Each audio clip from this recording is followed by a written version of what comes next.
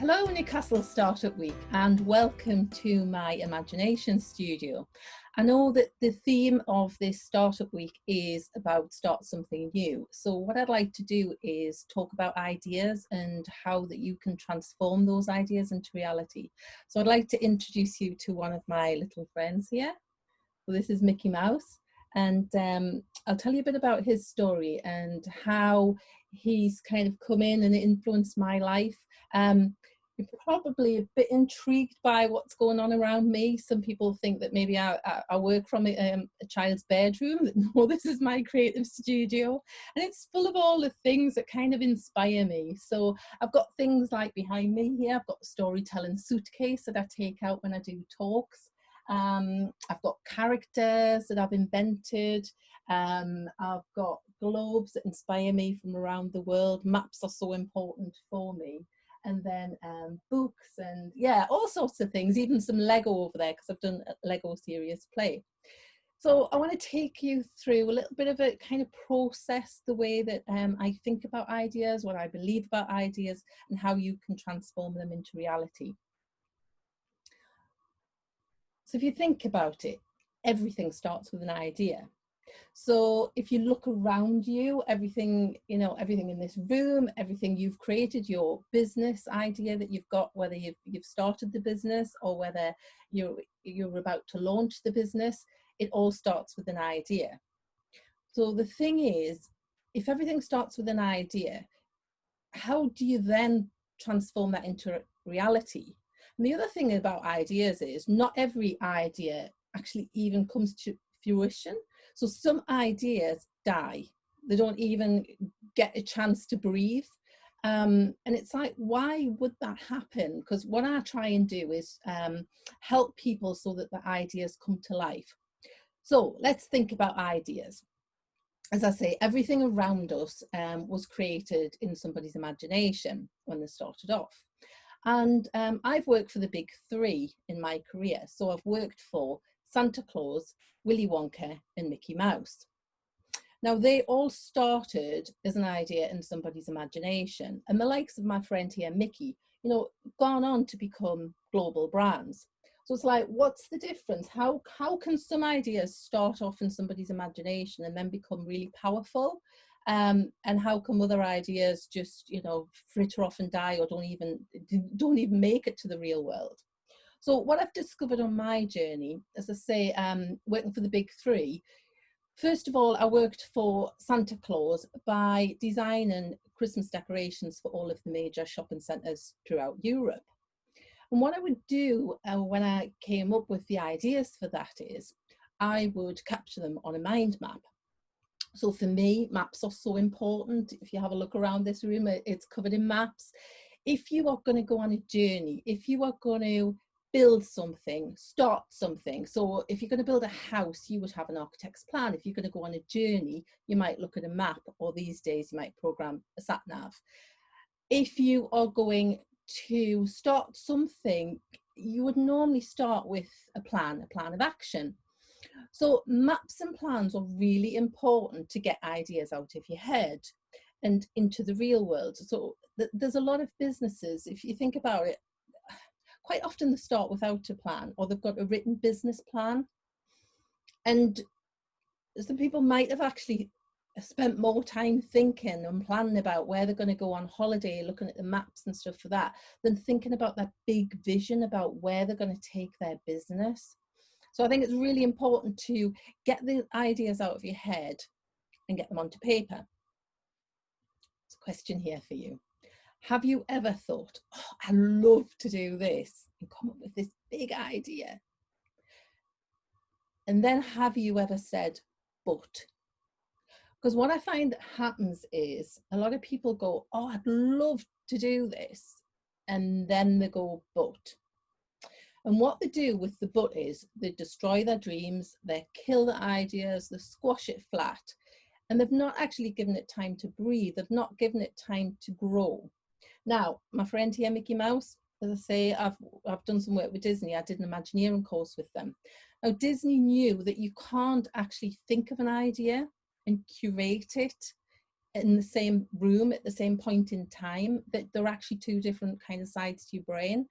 So it's impossible to go, this will be wonderful, you know, but how do we do that? It's just, there's that conflict there, and you don't get the best out of people.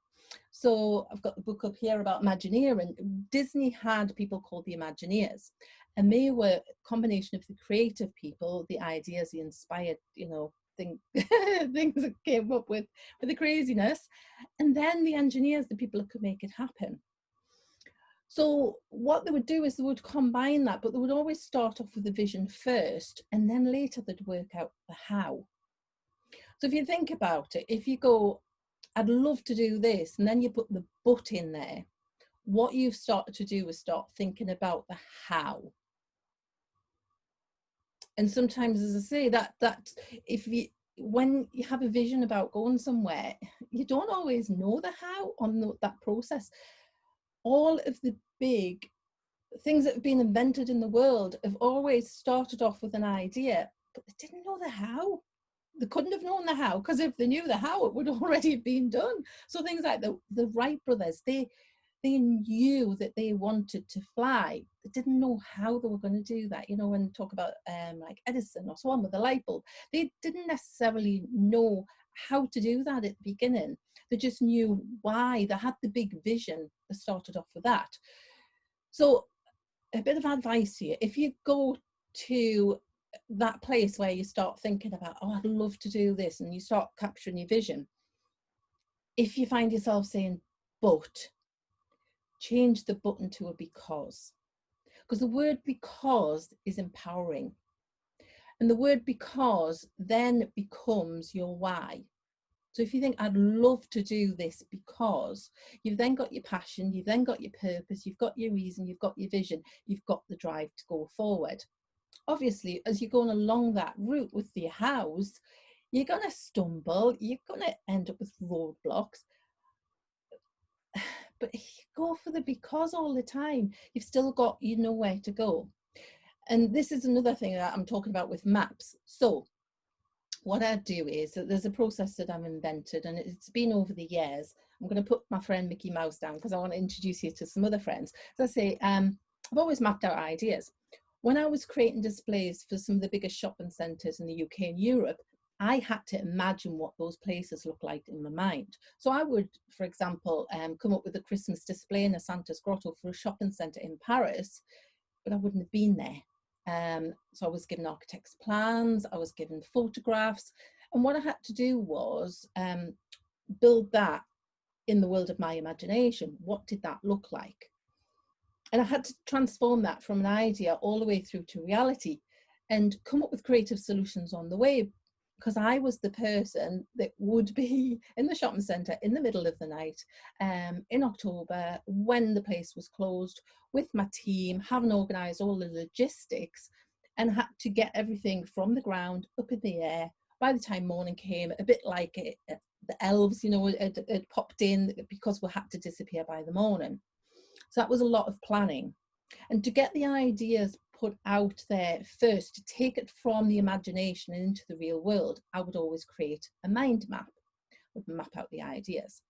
So I'm going to tell you another little story about my friends here, the Metronomes. So I want to introduce you to, here's Herbert, and we've got Sherbet, and we've got Maggot, and we've got Rusty. So these are the Metronomes. You might have seen them in the Metro Centre.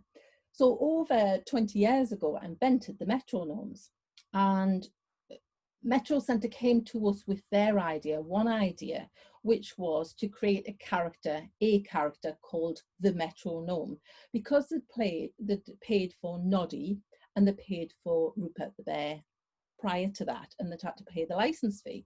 So they said, can you come up with a character we can use? So they had their purpose, they had the big idea, the imagination for something they wanted to create. Now, at that time, Metro Centre was new, and it was one of the biggest shopping centres in Europe. And it certainly, for anybody that can remember that time, you know, something in the Northeast, it was unbelievable. And often people would get lost in it because it was so huge. I knew from doing the decorations and my love of maps and plans, which I always started with that point, first of all, that there was 4 different coloured malls. So there was the red mall, the green mall, the blue mall. People used to get lost. They would tell the security guards that the car had been stolen, when in fact they'd parked in the yellow mall and they'd gone out the doors for the red mall. So the idea was we built an imaginary world underneath for these characters called the Metronomes. So of course, you know, Red Mile became Volcano Land. And that's how we transformed this into reality. Now, ideas are really important, so is storytelling. So these characters also had a personality, they had a backstory, a history. They also lived in a world, you know, so we took something from the world of imagination and created a real world that these characters live in. I'll put those down. So that's the kind of the story of the Metronomes, and how putting that down onto a map, putting that down onto paper made it real. And as I say, they're over 20 years old now. So I've continued that process. After 25 years, I got made redundant. And as I was working with clients and trying to help them solve the problems, they would say, can you come up with a display, because I'm going to sell a book, can you come up with an exhibition stand for that, you know, can you write the copy for my website, all this kind of thing. So I'd always map out the ideas. And it wasn't until I was getting feedback from my clients that they were saying, so I was looking for the solution for them, they were saying, what's that you're doing? And I was like, well, it's just a mind map, it's an ideas map, you know, it's just. And it's interesting, if you say that word just, if somebody says something to you and then you shrug it off and just go, oh, it's just, it's probably your superpower. It's probably the thing that you do that other people think's amazing, you find simple. So I started to listen to that, and then I realized that actually this was a product, this was a service, because I'd done this for 30 years to solve problems, and I could then help other people solve their problems. So whilst, yes, ideas, you know, they talk about the world of the imagination, and ideas they tend to think about that they're up here somewhere. I believe that they're firmly planted, they should be the grounding to everything. So when I create, there's something I create called vision trees for people that want to grow their business. I always suggest that you plant your ideas as the seeds, and then the roots that grow from those are the ideas, but they're categorized. Okay, so if you're thinking about doing different things, you get the ideas out of your head and then you categorize them together. And then what grows out of that with your vision tree is your brand, your products, your services, the people that you need on your team, the tools, the technology, all the practical stuff. But it's grounded in your ideas. Of course, sometimes, you know, some of those roots don't work out. Sometimes some of the branches need to be chopped off, you know, that kind of thing. But it's very important, if you plant the ideas first, you've got then a solid foundation which you can work from. So I've got some examples I can show you of this vision trees. I've worked with the likes of Michael Owen, and you can see his vision tree. Over the years, I've changed that slightly, so it now looks more like a tree structure. I've always planted the ideas at the bottom. And Michael's used it to, when he's gone on a journey with his business and thought about how he's going to change it, he's used it to plant where he's at now. And at the moment, you know, his business has evolved, and some of those branches he's chopped down. Another person I've worked with is Simon Bourne of the Hand-Dyed Shoe Company. When Simon had so many ideas in his head about how he wanted to take his business forward, at that point he wasn't working in it full time. He was working for a sofa company. He had the idea about hand-dyeing shoes, and he'd already started to do that. He didn't have any premises or anything. So we looked at what would that vision look like. And actually, by the end of the process, Simon was sitting in the place that he told me that he visualized.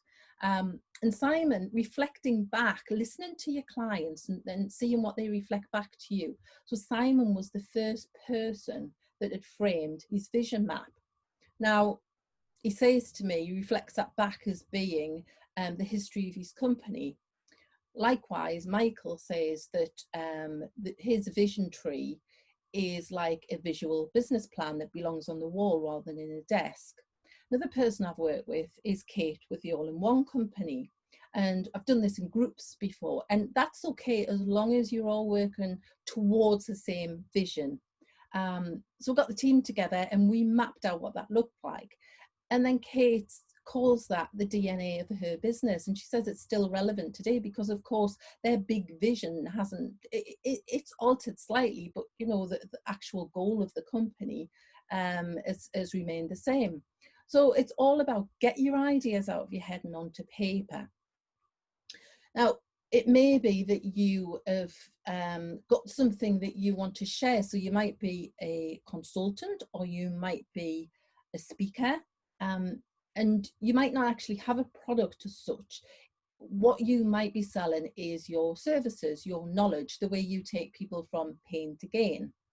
So again, if you can categorize that, if you can sum that up into something that you can visually communicate to people, that shows them the process that you're going to take them on. So when I work with clients on that, we start with a vision map, first of all, to get the ideas out of their heads. And then we start categorizing that. And then we start building a framework, a system around that. So for example, one of the businesses that I work for is Polly Brennan. Polly works for the NHS. She's worked for 25 years, an occupational therapist specializing in mental health. And she's got her own business as well called Adventurous Coaching. Now, she's taken all of her techniques, and what we've done is we've categorized those and created a system that she can own to help explain to people how she takes them on this journey from a problem to a solution. So within the mental fitness kit bag, she's got, you know, things like this around her. She's got props, she's got things that she can explain to people. And she's used metaphors. So we start with the story. What's the story you tell yourself? And then you go through your journey, and then you go through wellness, and you end up with adventure, because you can go on this process, this journey that she will take you through to as part of the mental fitness kit bag to help you with your mental wellness.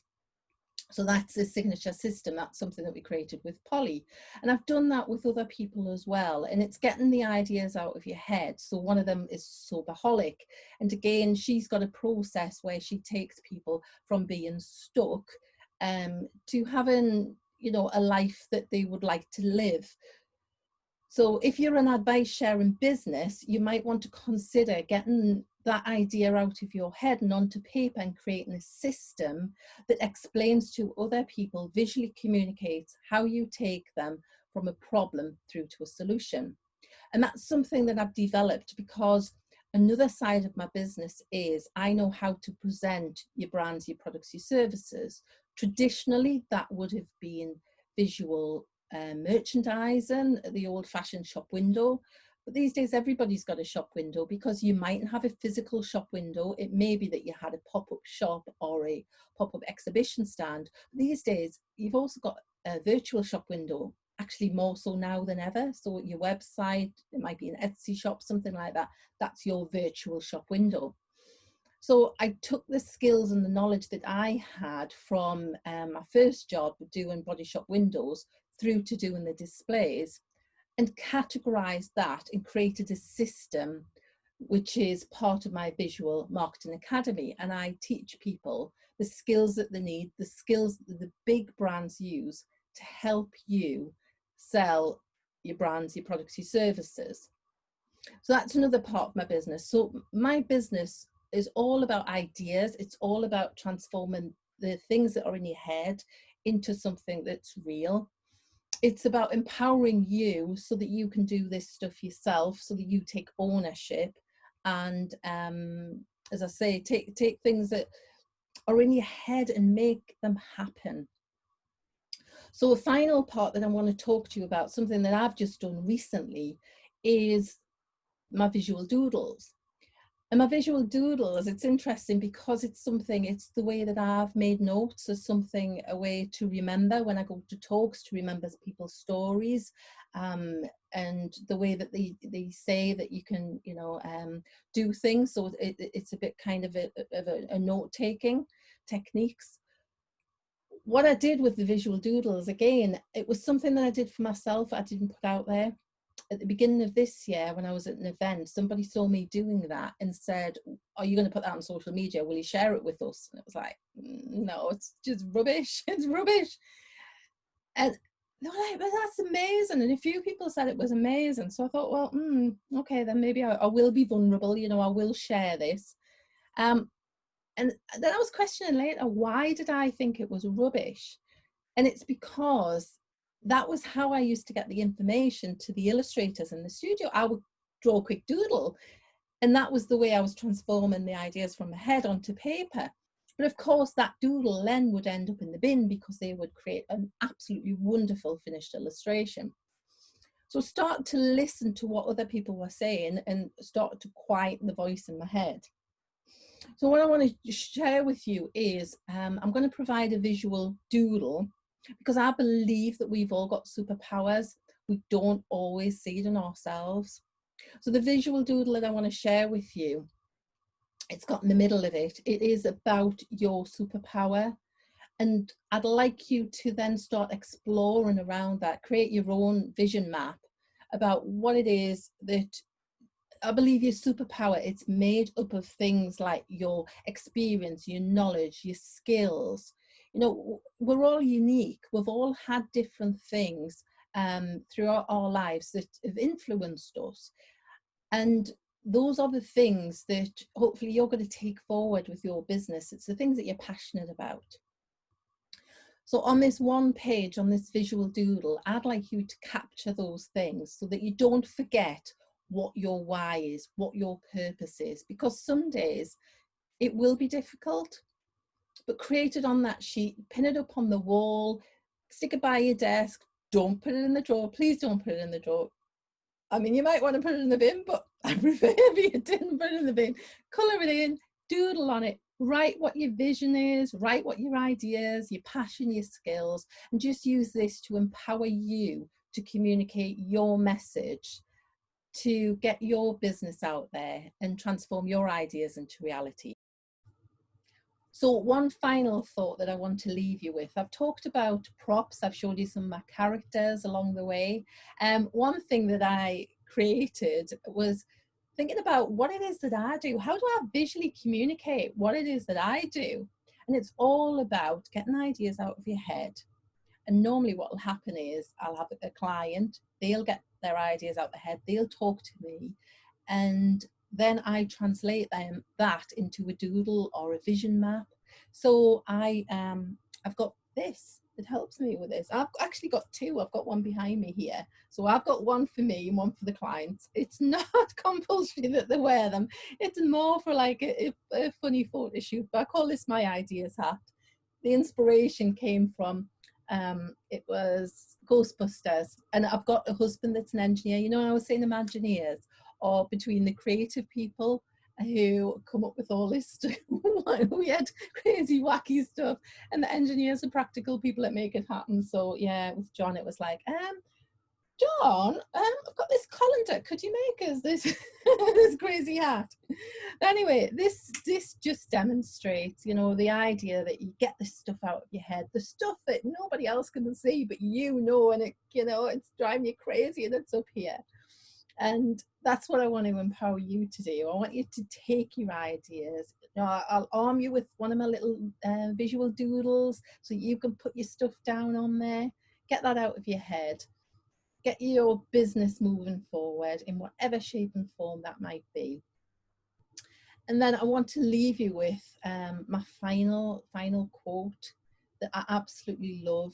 And that's: the two most important days in your life are the day you are born and the day you find out why. I've found my why. I hope you have too.